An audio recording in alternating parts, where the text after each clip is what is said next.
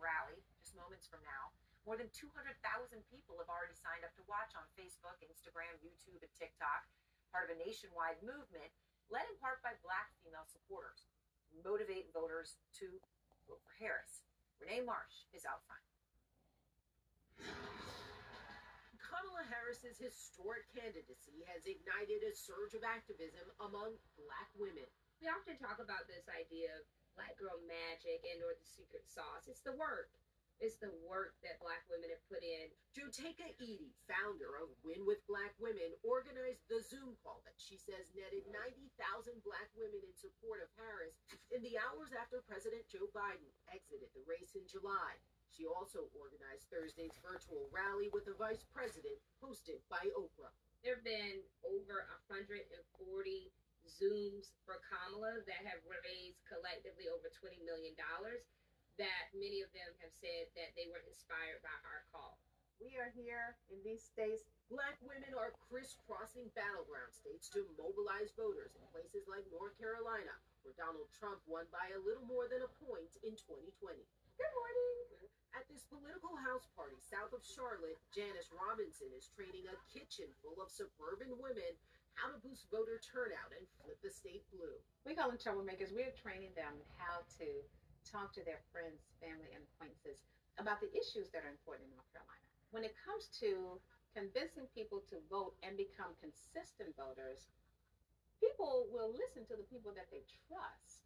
After Trump's 2016 victory, the occupational therapist turned political activist made it a mission to prevent his re-election. I pulled those lists of Democrats and independents who lean Democrats, and we went knocking on doors, making phone calls. She flipped her historically Republican precinct blue and hopes to replicate the strategy statewide.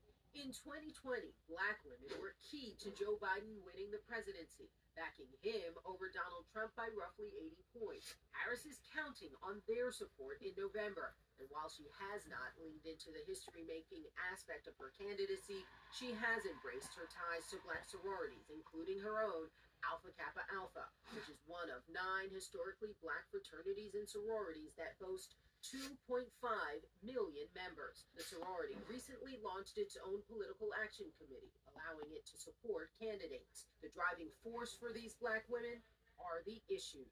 Why is this so important for you to do this work? I went through one of those back alley abortions at 15. And I'm lucky to be alive today. That's personal to me. Not only is it historic, but there are pivotal issues that are on the ballot that Black women are paying very close attention. Paying attention, but also clear-eyed about the challenge ahead this fall. We're going to work our asses off to make sure this election turns out the way that we want it to turn out. And if it doesn't, then it won't be because we did not do everything we could.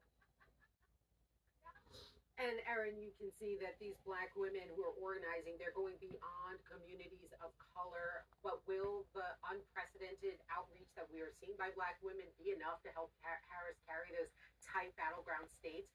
Well, that is something that we'll have to wait and see after election. But tonight, Harris's campaign sees this virtual event as a moment to try to reach a broad cross-section of persuadable voters. Erin? All right, Renee, thank you very much. And of course, time with Oprah and all the people watching that is hugely significant for Harris. Harry Anton is here to go beyond the numbers. So, Harry, let's talk about this. When it comes to Black voters, and we just recently had a poll, obviously, out of Pennsylvania, that showed Harris up. That was an overall poll. Yeah. What are you seeing among this group in the state of Pennsylvania? Yeah, I think this is one of the most interesting trend lines that we see in the electorate, and that is, let's take a look at Black voters in Pennsylvania. We'll compare the 2020 exit poll to what we have in the September polls. And what do we see? Joe Biden in the exit poll carried Black voters by 85 points. Look at the margin that Kamala Harris has right here. It's just 65 points on average, significantly less than what Joe Biden carried the state by. And this is part of a larger trend, Aaron, because the fact is, if we look, for example, nationally, what do we see? We see the exact same thing going on here. Black voters, this is nationally. At this particular point in the polls, Biden was up by 80 points. Kamala Harris is up by just 63 points. You may be asking yourself then, how the heck is Kamala Harris winning in the state of Pennsylvania at this particular point, at least according to the polls? Here's the reason why.